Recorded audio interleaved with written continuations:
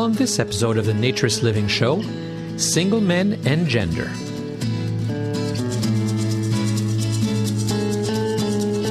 This episode of the Naturist Living Show is brought to you by Bear Oaks Family Naturist Park. At Bear Oaks, we offer traditional naturist values in a modern setting.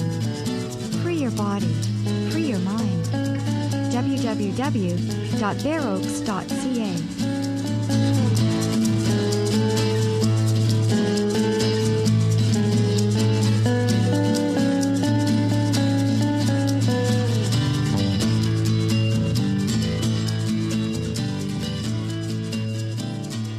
Welcome, dear listener, to episode 89 of the Naturist Living Show.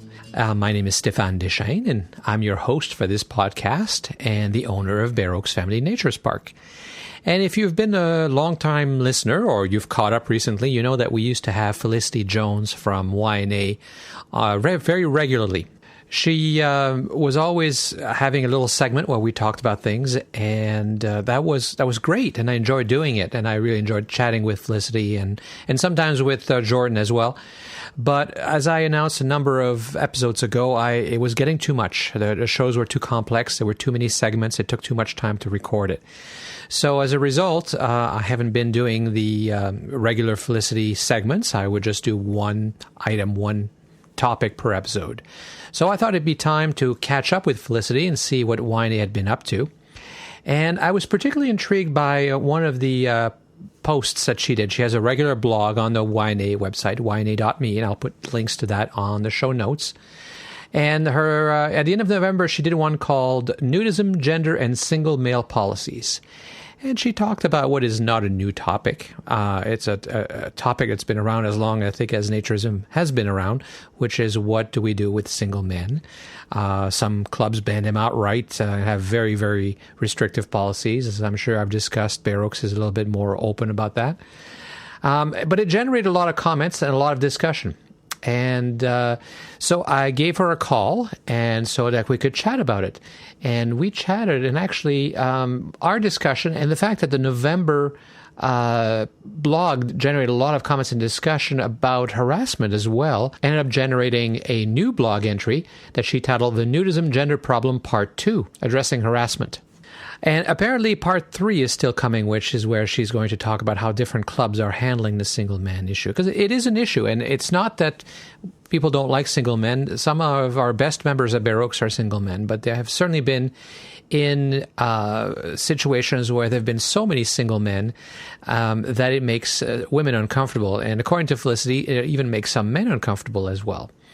Is that homophobic? Well, I'll let you make that decision. But I won't tell you all about what we discussed. Let's just go right ahead and listen to our discussion.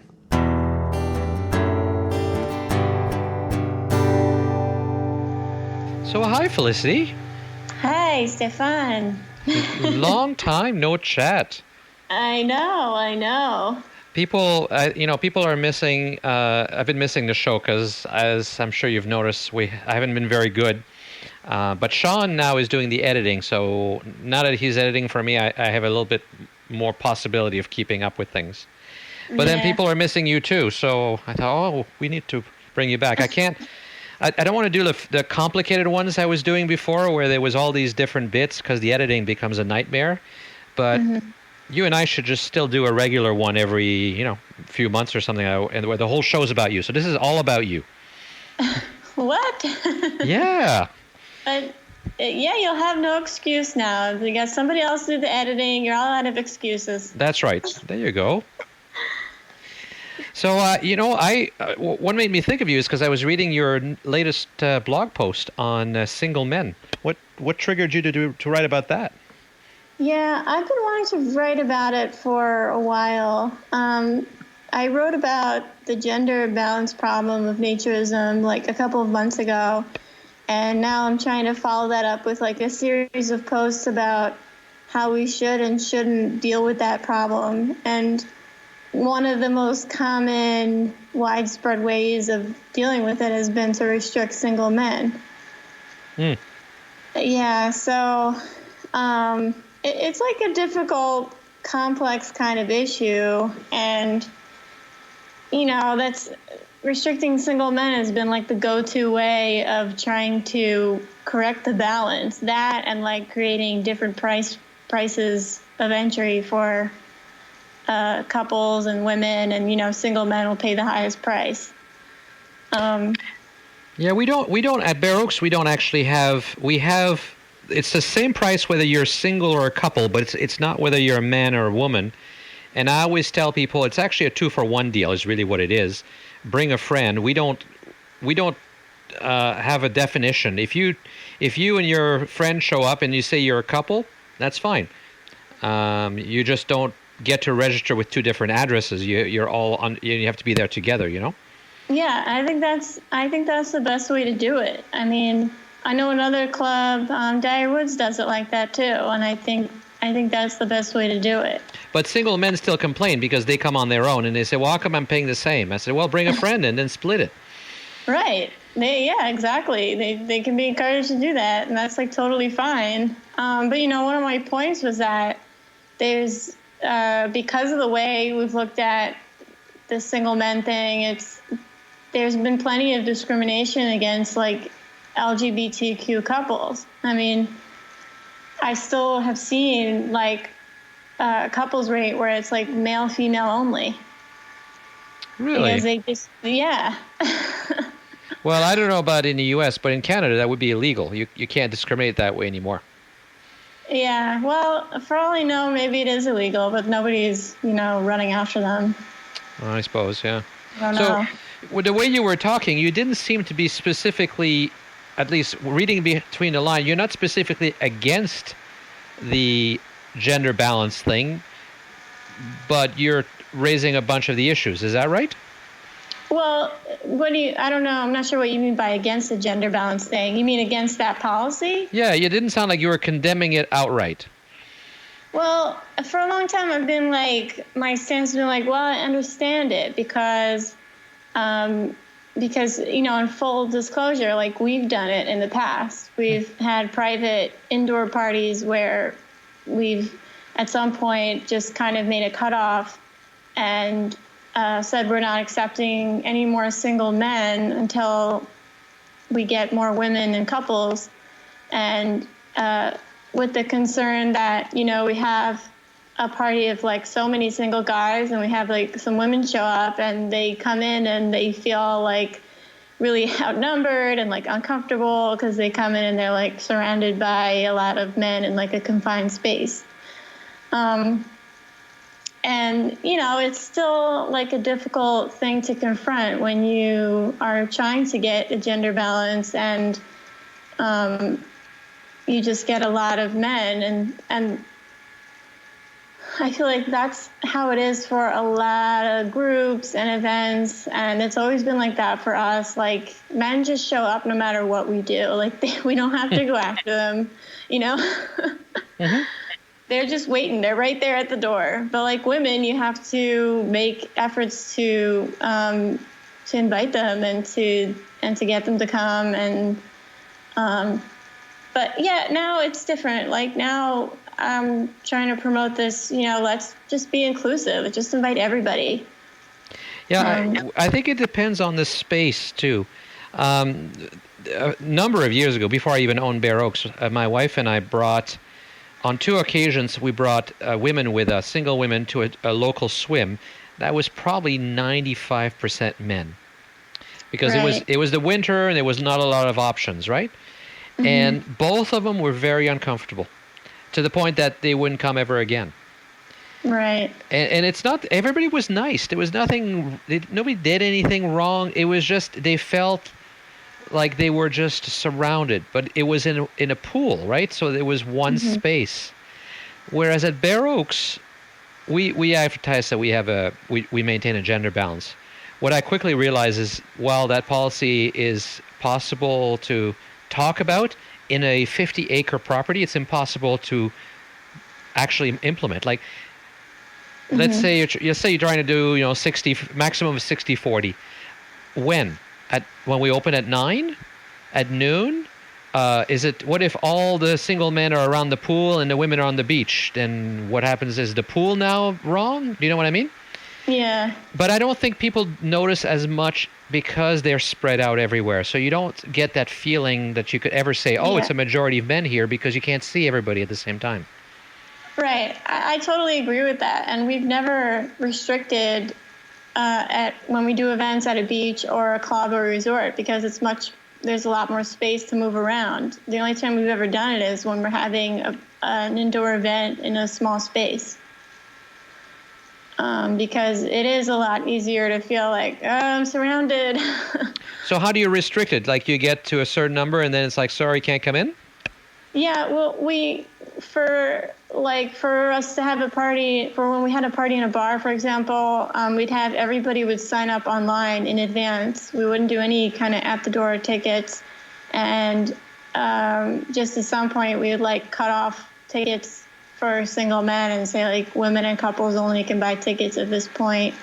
And we would tell some guys, if we get some more couples and women, then we might be able to get you an invite later, but we're trying to maintain a gender balance. What kind of reactions did you get to that?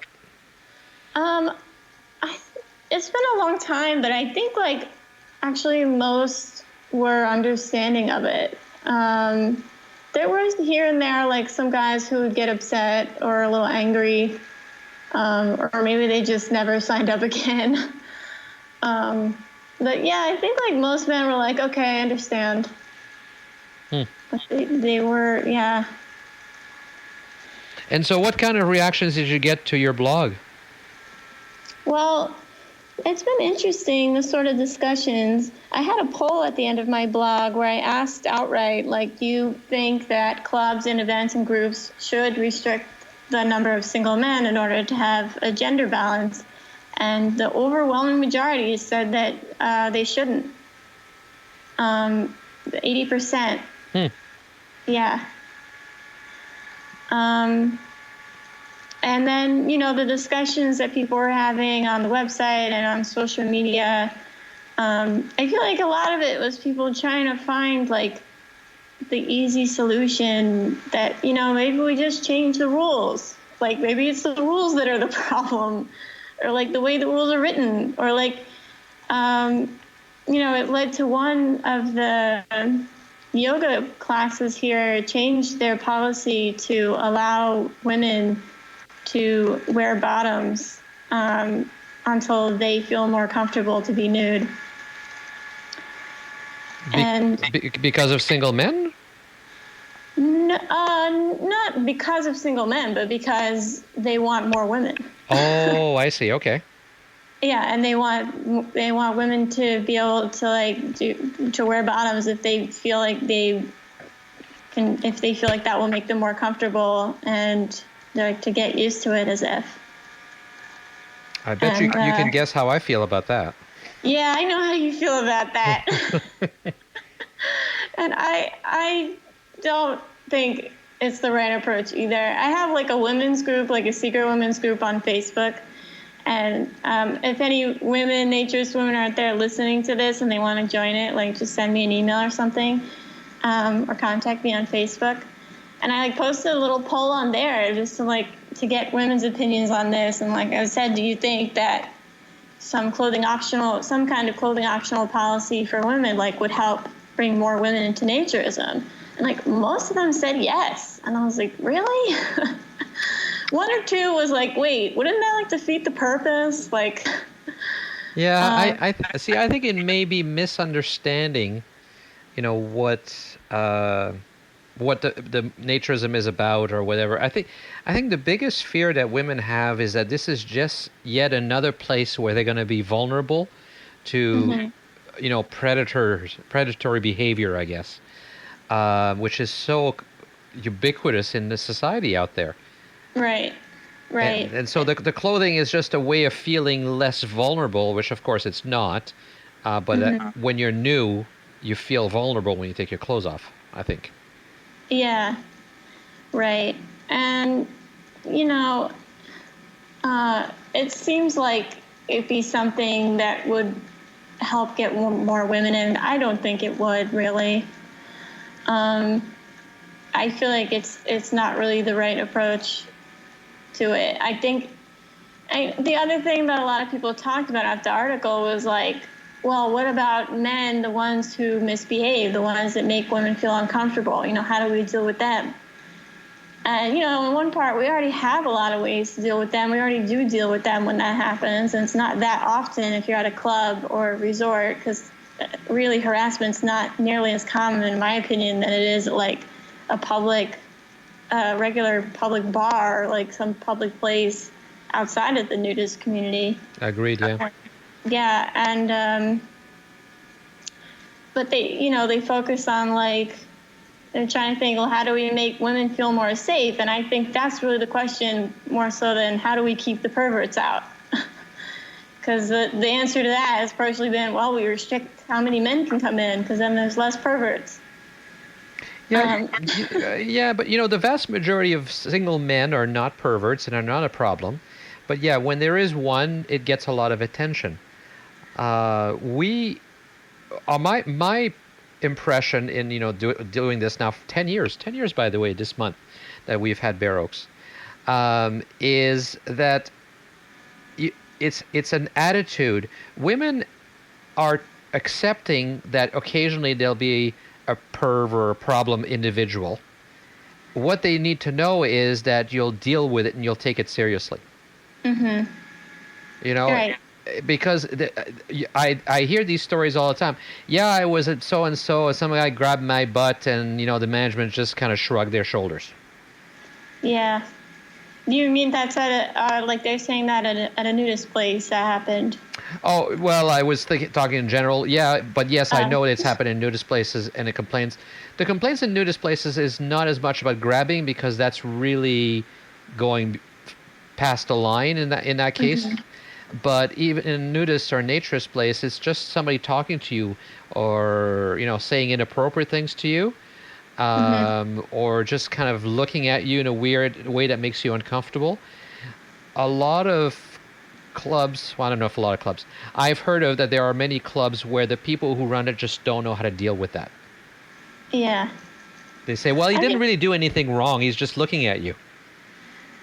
Yeah, we should talk about that, because I've also been thinking about that, and I feel like a lot of times when something does happen, even in my personal experience, to make me uncomfortable, it's been a lot more subtle than just somebody grabbing me, because I feel like in some part, like, men know that they can't get away with that. Mm-hmm. And that's also something that someone else could easily see happening, whereas if I get a weird look or uncomfortable words from somebody, that's a lot harder to it's a lot harder to report it. Other people are less likely to see it or experience it as I did. And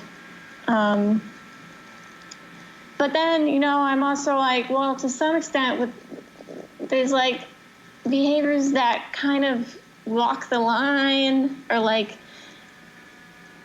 with staring, like if a guy is staring at me, like I pretty much ignore it. Like if they're just a distance from me and they're like looking at me, like when am I gonna, I'd feel.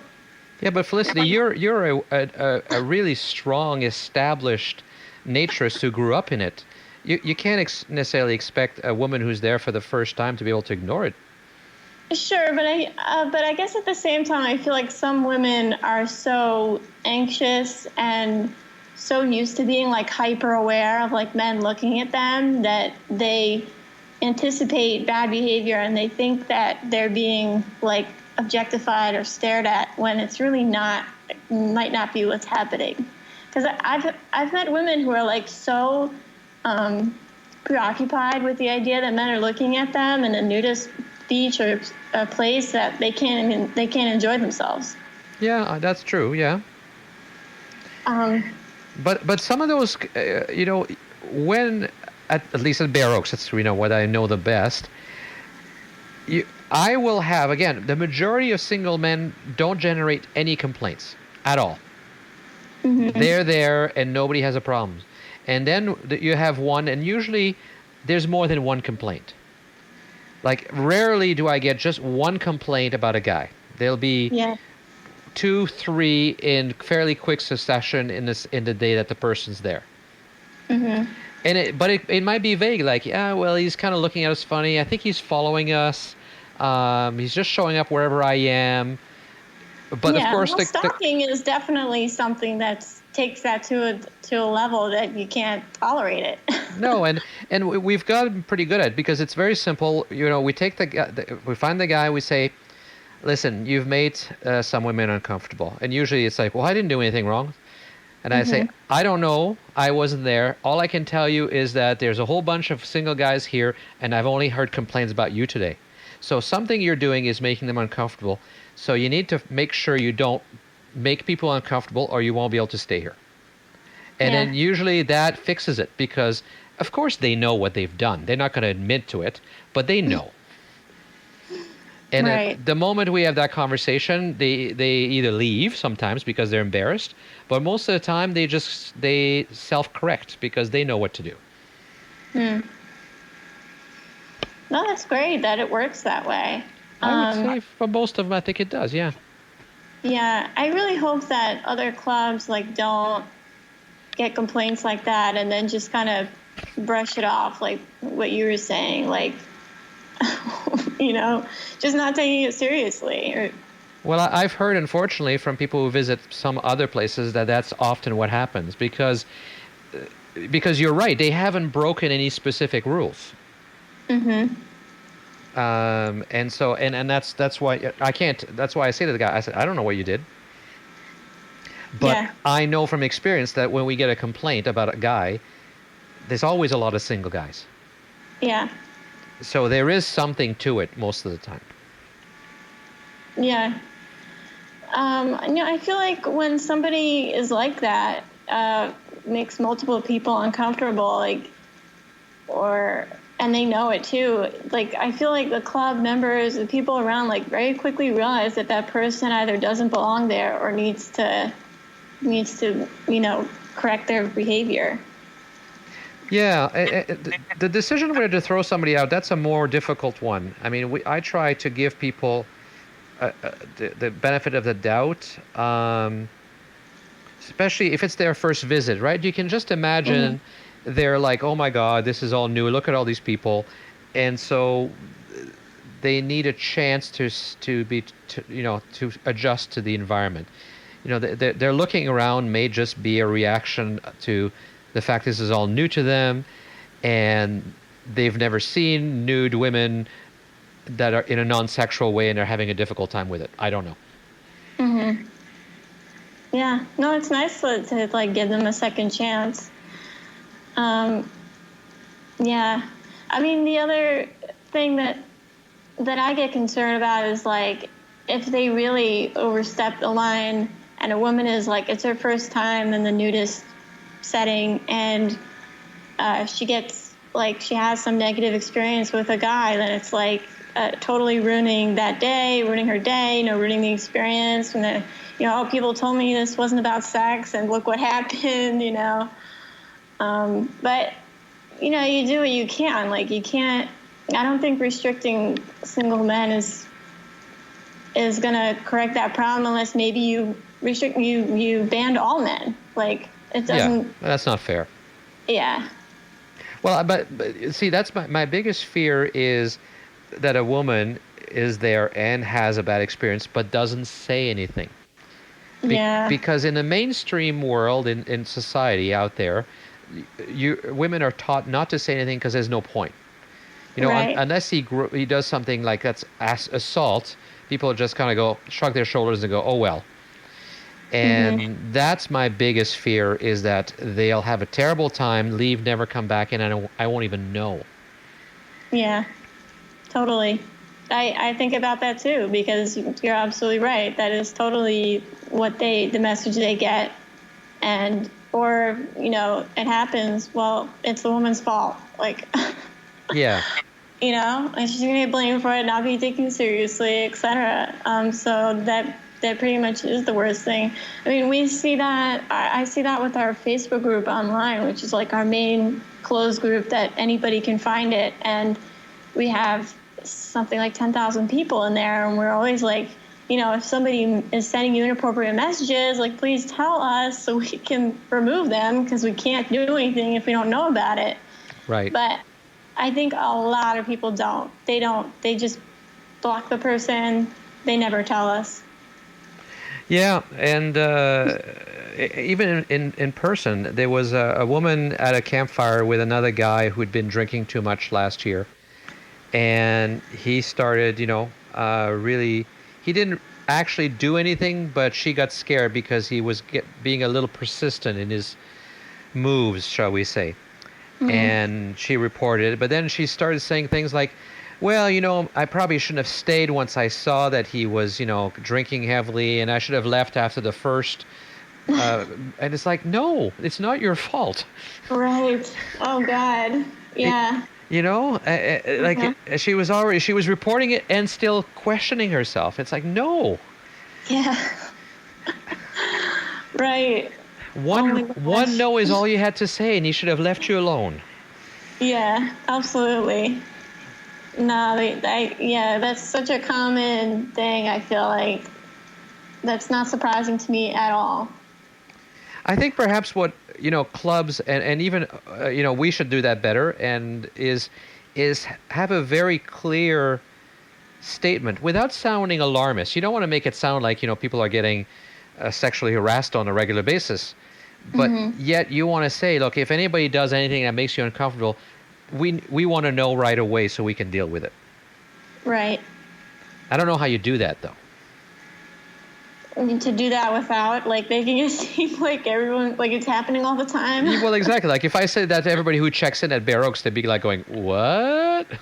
Yeah, I mean, maybe you don't need to say it to them when they check in, but have it written somewhere. Yeah, big sign. I don't know, written among the rules sheet that you give them, Yeah. Well, we actually say that in our anti-harassment policy. Yeah. But I'm not sure if people read all that. That's the problem, right? Right, I know. Yeah, do they actually read it? Yeah, I think some people, that was sort of their concern also in this discussion about the article. Maybe we're deterring women because, writing out the rules, making it seem like this is a common thing that's happening. But I don't know, one way or another, it needs to be made clear that it's not tolerated and it should be reported immediately. And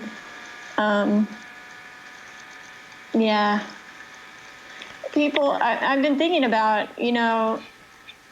what could people want to know? What can we actually do about this? And the problems that cause the gender imbalance, they run deep and they're complex, because of the issues I've talked about on my blog, which is, the sexual harassment and rape culture and body image issues. All of that's not going to be resolved overnight, but, it's what can we do in the nudist community to correct the balance? Mm-hmm.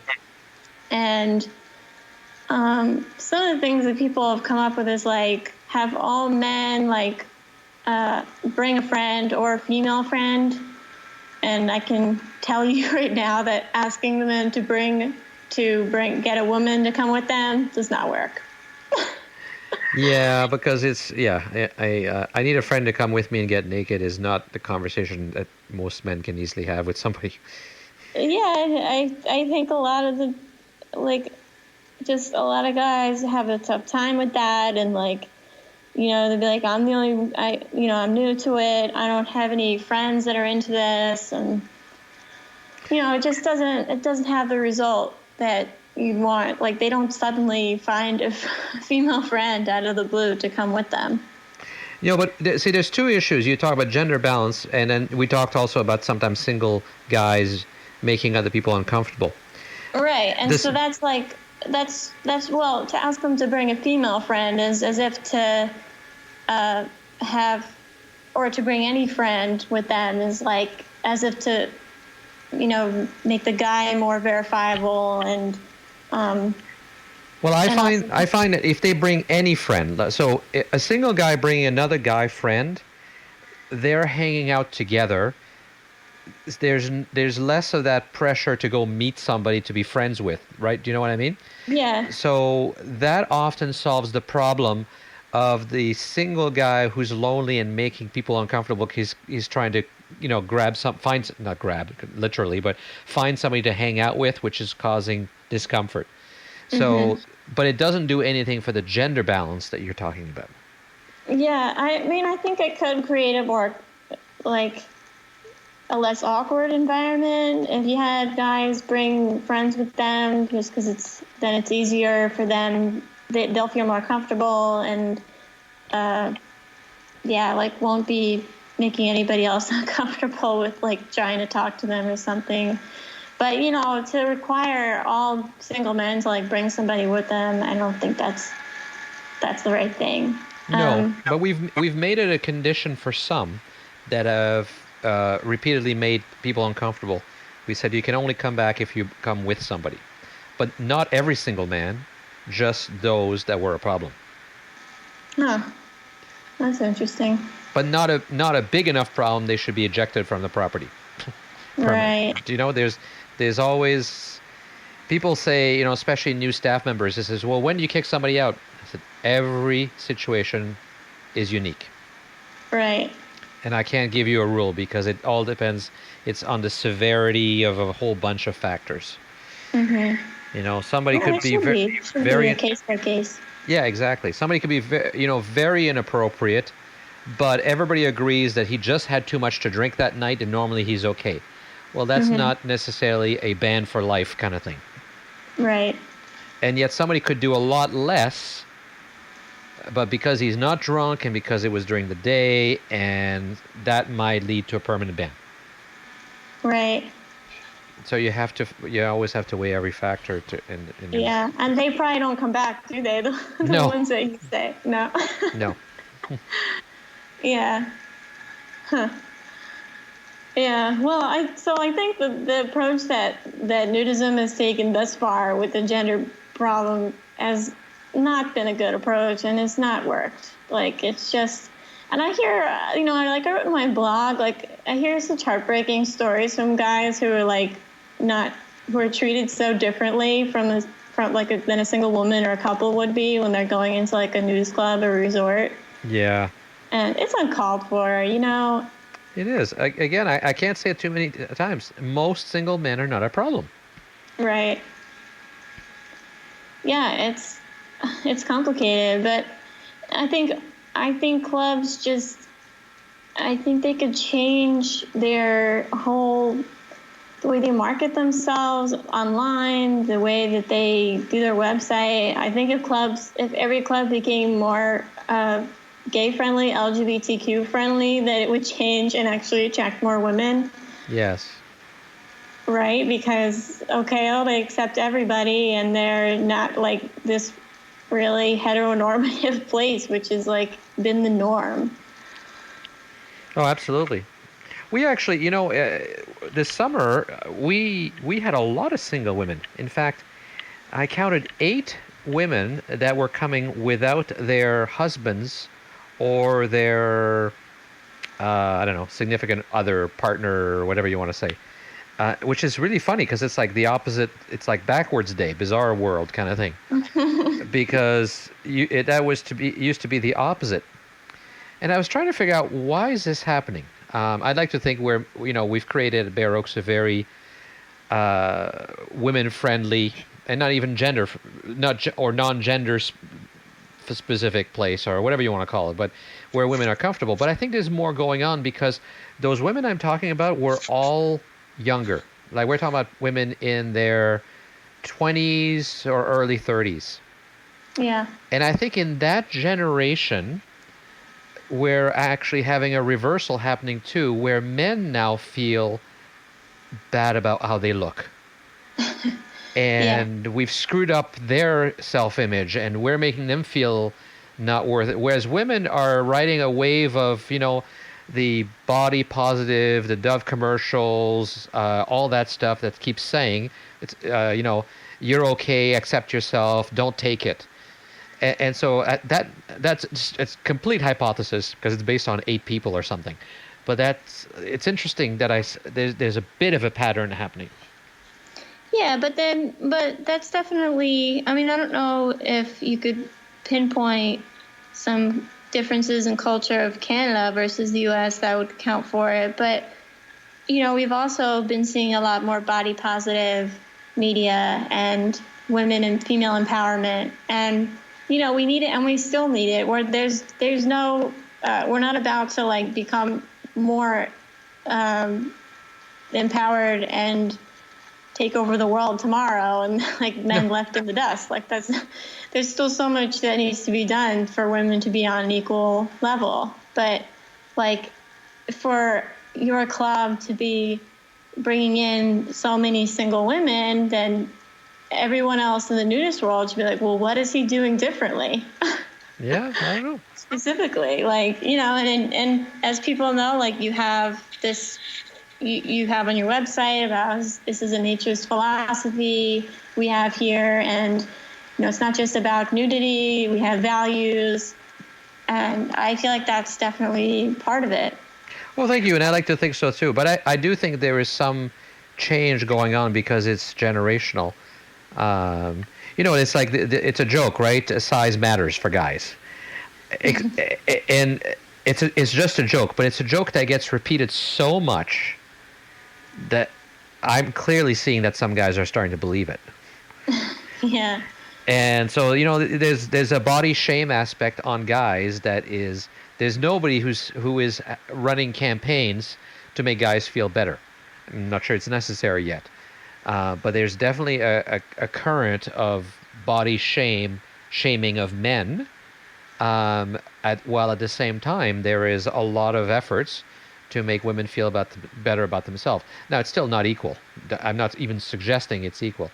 But there is I think there is a trend going on. And some women are being empowered a lot more than others, and perhaps some men are being shamed more than we even realize at this point.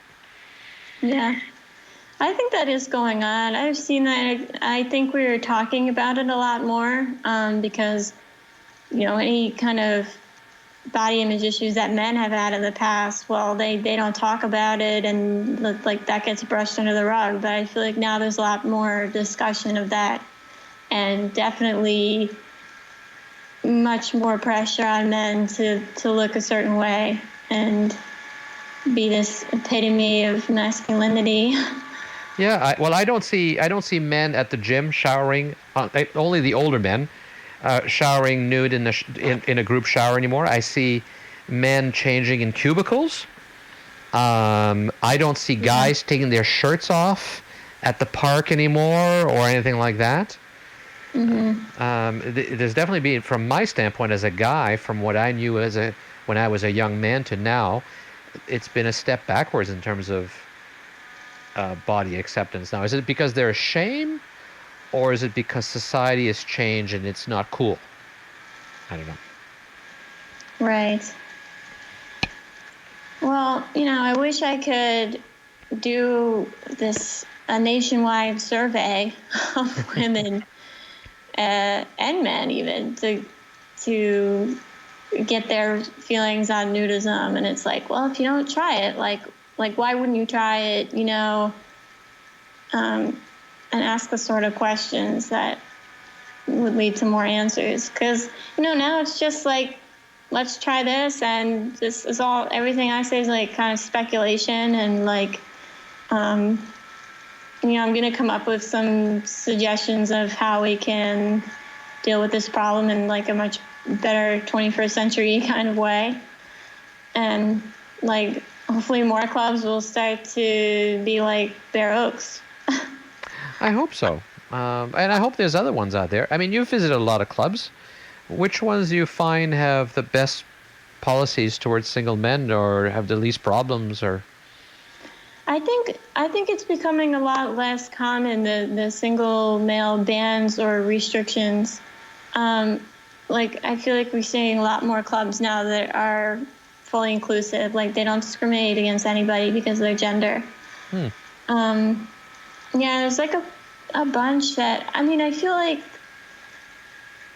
when it does happen nowadays, it's under the radar, and I wouldn't know unless I called up and pretended to be a single male, or, had somebody call up as a single male and ask to visit.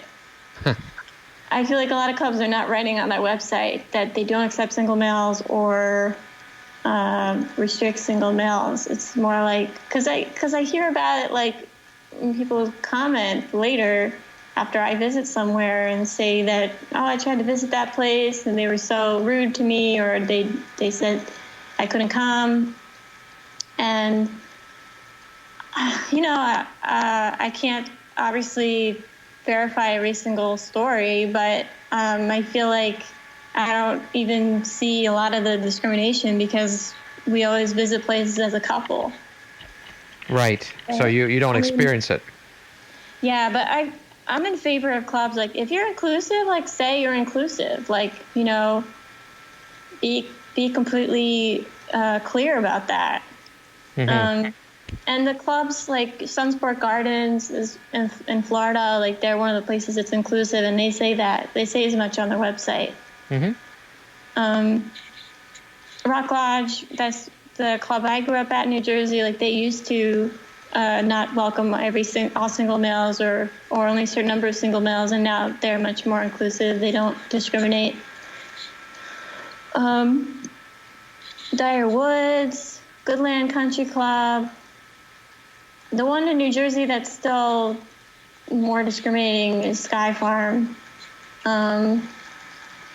They're a bit different, but, like, yeah, a lot of the clubs, I think they've become much more inclusive than they used to be. Do you see a difference between big resorts versus smaller, more local clubs? Yeah, I mean, because the big resorts, I think, well, I don't know. I'm trying to think about it.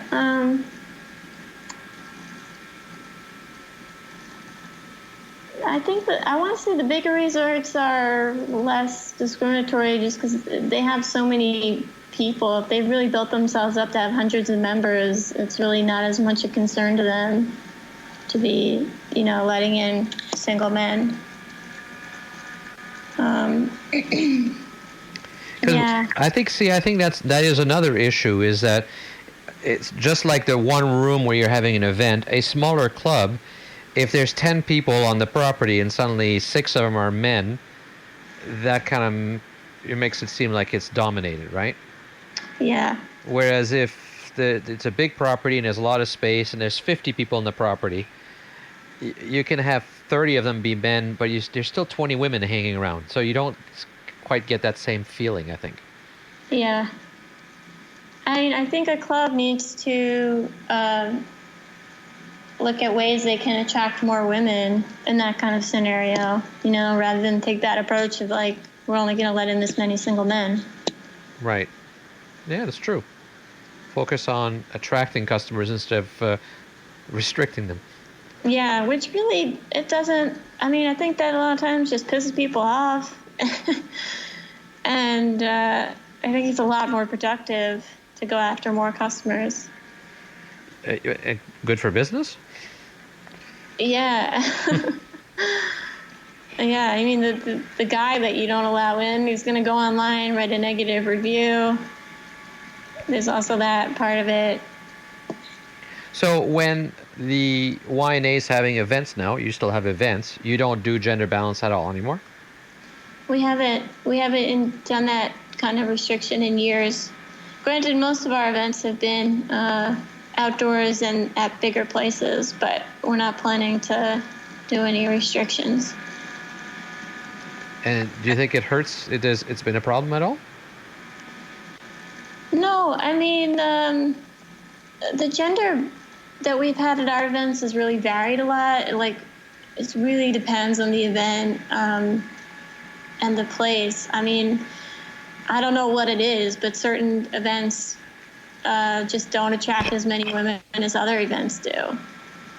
I have yet to solve that conundrum or figure that out. Just we'll do a hike and get a lot more men than women, but then we'll have a nudist club gathering and have an even ratio. I don't know. So on that topic, we haven't talked for quite a while. So how was 2016 for YNA? How were your events and how did things go? Yeah, it was really busy. I feel like we had an event going on every other weekend. Wow. We had a lot of really, really nice events. We went to Dyer Woods for the first time, did our first gathering there. And that place is great. That's in, was it Rhode Island? They're a couple hours away from us. And they've been in the process of trying to get more members and grow their club again. And it's really like a beautiful place. They have like this little pond, and it was just so much nicer than I thought it would be. Because like any other club, they're not perfect at marketing themselves. Yeah, we went there. We went to Gunnison Beach a few times and got a lot of people, met a lot of new people there. Yeah, we had stuff going on like every weekend. We were going somewhere. Wow. Is that going to be the same next year? Yeah, next summer, yeah. We're planning to kick things back up. I mean, we've been slow since the cold set in. Yeah. I've been trying to find a bowling alley that we could go and have a bowling event, but it's not that easy. Yeah, I mean, it just turns out it's not that easy to find a place that has like a private room with bowling lanes. Otherwise, it's difficult for us to take over an entire bowling alley. You don't organize any indoor swims in the winter? We don't. We attend like one or two swims that a different group does on Long Island. They're called the Travisons. They take over this gym and spa, and we just did it in November. Like we went as a group to their swim. Yeah. Fantastic. Well, I look forward. We'll have you back soon on the show, so I look forward to hearing more about your plans for next year. Then. Yeah, I will hopefully have some more to talk about for that, and I'm glad that we could chat again, and glad that the Naturist Living Show is coming back. Yeah, absolutely. So stay warm. I'll try.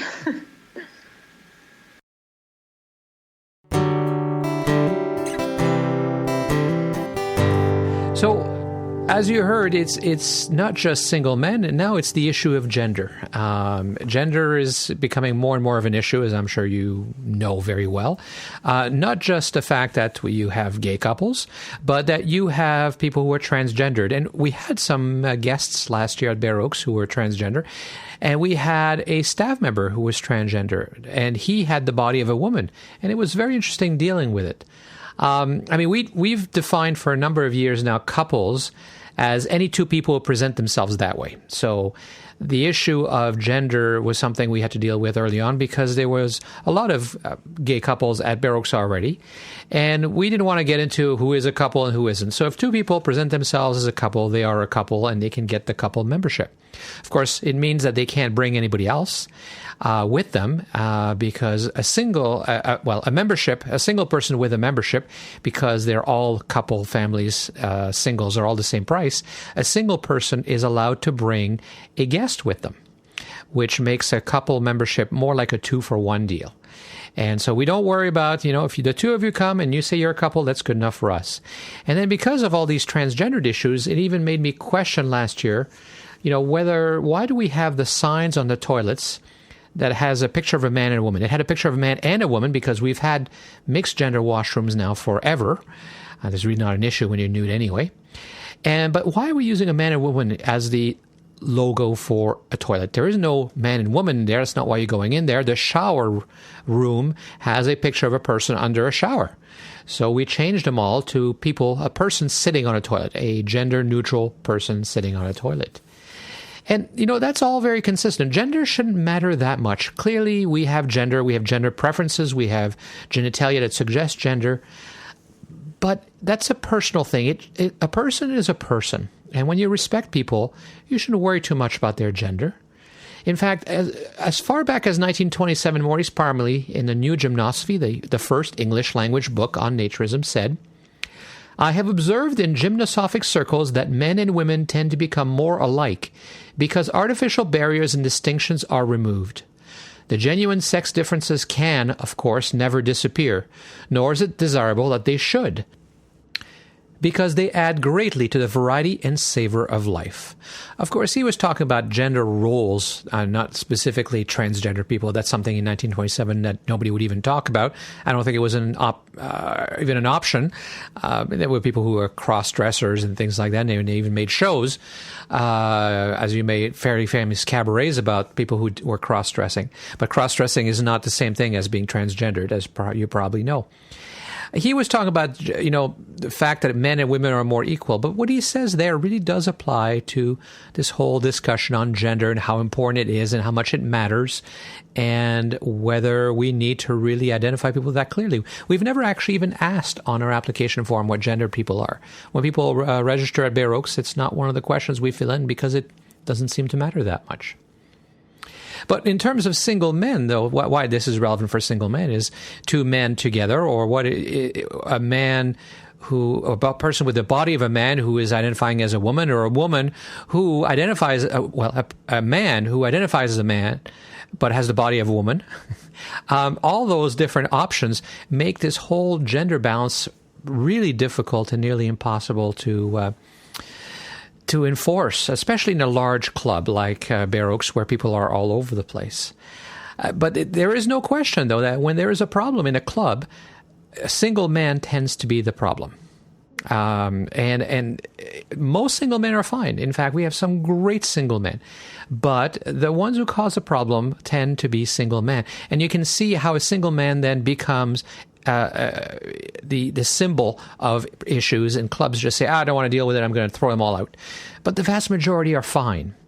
And even of those who are not, we have discovered that some people just have more trouble getting along with people and getting them to accept them than others, particularly single men. And it seems to get more pronounced in a naturist environment, I think, because, the barriers are dropped and the true person comes out, and perhaps the fact they're uncomfortable with who they are, they become self-conscious as they're battling their emotions and their awkwardness. They're breaching a lot of big social taboos, and that can make it awkward. And so for single men in particular, their intentions can be misinterpreted. It's normal for a single man to want to find a partner. But there's a fine line between showing interest in somebody and being creepy. A lot of people who come to Bear Oaks come to find peace and to find quiet.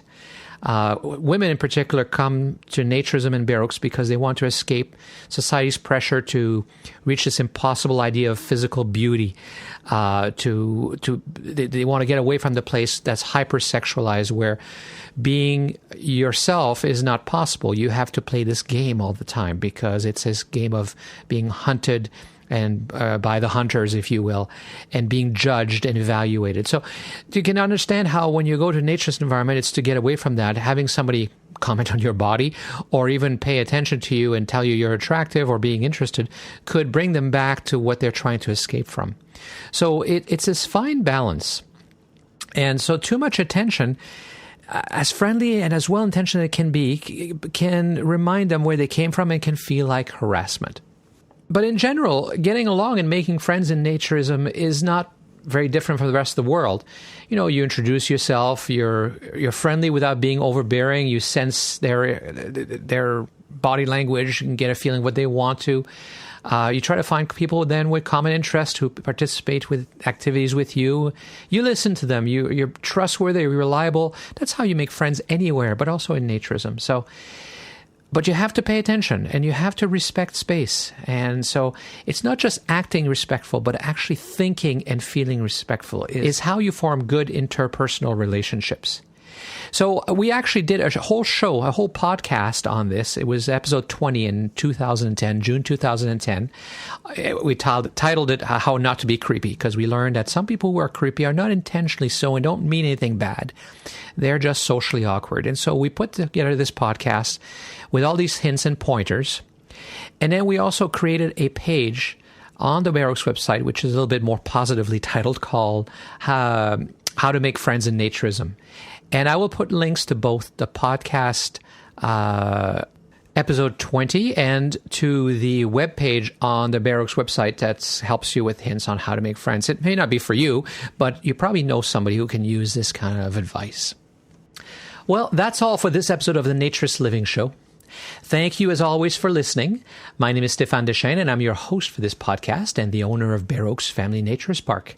I make the show with the help of Sean Mitchell, who makes the task of doing this so much easier by doing all the time-consuming editing. So thank you, Sean, for your help.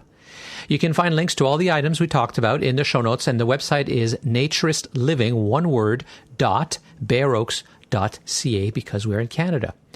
Keep sending your suggestions. I appreciate getting them. The show's email address is naturistliving@bearoaks.ca. That's B-A-R-E, of course, and .ca because we're in Canada again. You can also call and leave a comment. It's country code +1, area code 905-473-6060, or toll free if you're in Canada and the U.S. at 1-888-373-9124. Or you can even Skype Bear Oaks, B-A-R-E-O-A-K-S, one word. And no matter what, you get into the main Bear Oaks phone system, and the Naturist Living Show extension is 333. Very easy to remember. You can then leave a comment, and you can take as many tries as you want. You can even delete it if you're not happy at the end. So I can't promise we'll use it, but I'd love to put more comments from you and from other listeners on the show. I hope you enjoy this episode, and that you'll join us again for the next episode of the Naturist Living Show. This episode of the Naturist Living Show was brought to you by Bear Oaks Family Naturist Park. Traditional naturist values in a modern setting. Traditional values means that naturism is more than just taking your clothes off. It is a life philosophy with physical, psychological, environmental, social, and moral benefits. Bear Oaks Family Naturist Park strives to promote those naturist values in a modern setting that provides the amenities and services that our members and visitors expect. Free your body, free your mind.